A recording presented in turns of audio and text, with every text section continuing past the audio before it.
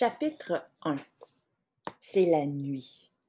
Endormi au creux de sa vallée, le village repose sous la neige.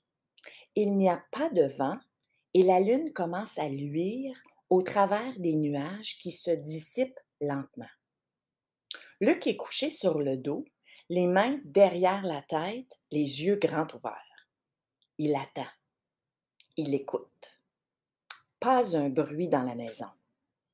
Luc semble satisfait. Il se soulève à demi dans son lit et tend l'oreille pour plus de certitude. La lumière qui entre par la fenêtre éclaire ses cheveux blonds, son visage jeune et déterminé. Surtout qu'il a l'air de mijoter une action à la James Bond. Ça y est, il est maintenant convaincu que tout le monde dort. Il peut y aller. Prenant une lampe de poche cachée sous son oreiller, Luc se lève tout doucement sans faire craquer le lit. Il sort de sa chambre à pas de loup, s'arrête devant la porte entrebâillée de la chambre voisine. Aux aguets, il risque un coup d'œil sans rien voir dans la pénombre.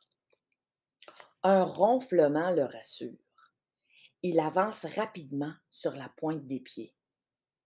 Le plus difficile est passé, pense-t-il, mais il doit encore monter les marches de l'escalier menant au grenier.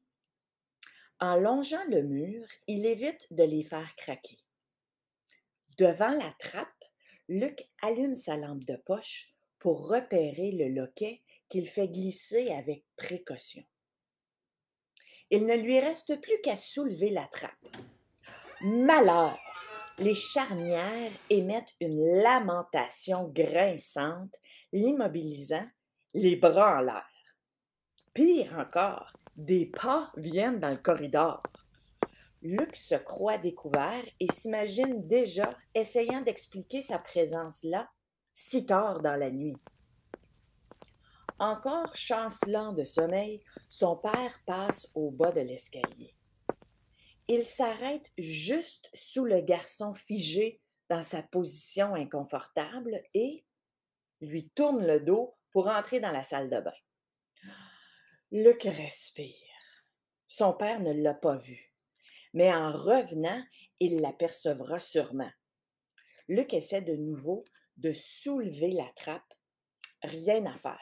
Il a beau y mettre toute la délicatesse possible, ces satanées charnières menacent à tout moment d'émettre un grincement dénonciateur.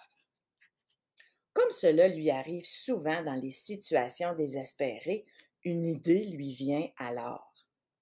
Il se ramasse sur lui-même, prêt à une action rapide. Dès que le bruit de la chasse d'eau retentit, il soulève la trappe et bondit dans le grenier. Puis il la referme rapidement, les grincements étant noyés dans le gargouillis de la toilette. Son cœur bat à grands coups et ses tempes se gonflent à en éclater, mais Luc est heureux. Quelle sensation, quelle émotion et quel plaisir aussi! Il aspire une grande bouffée d'air et soupire profondément. Et, son calme retrouvé, rallume sa lampe de poche pour en promener le faisceau sur les objets hétéroclites entassés dans le grenier.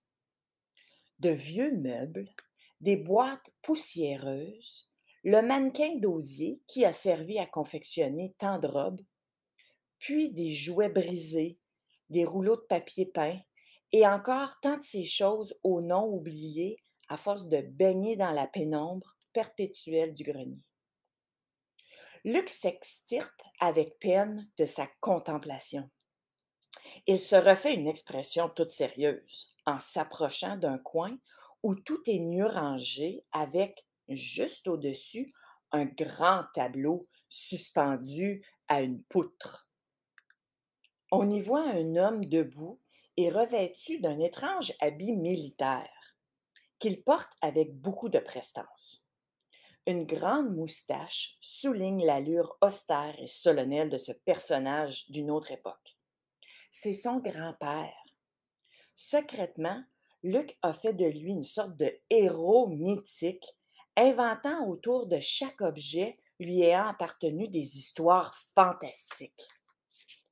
Mais aujourd'hui, Luc a de plus en plus le goût de vivre de vraies aventures, ses aventures à lui. Un petit coffret est déposé sur une caisse. Luc s'approche et l'ouvre. Il y trouve un sac de velours enveloppant un objet métallique, de forme irrégulière. Il le prend avec révérence et ouvre partiellement le sac. Aussitôt, son visage s'illumine, son regard brille. Rapidement, le sac de velours sous le bras, il retourne sans bruit vers la trappe. Il se penche et chuchote à l'intention des charnières. Vous autres, mes graisseuses, je vais vous régler votre cas.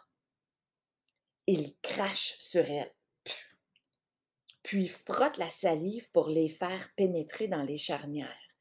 Ainsi, il peut sortir en silence.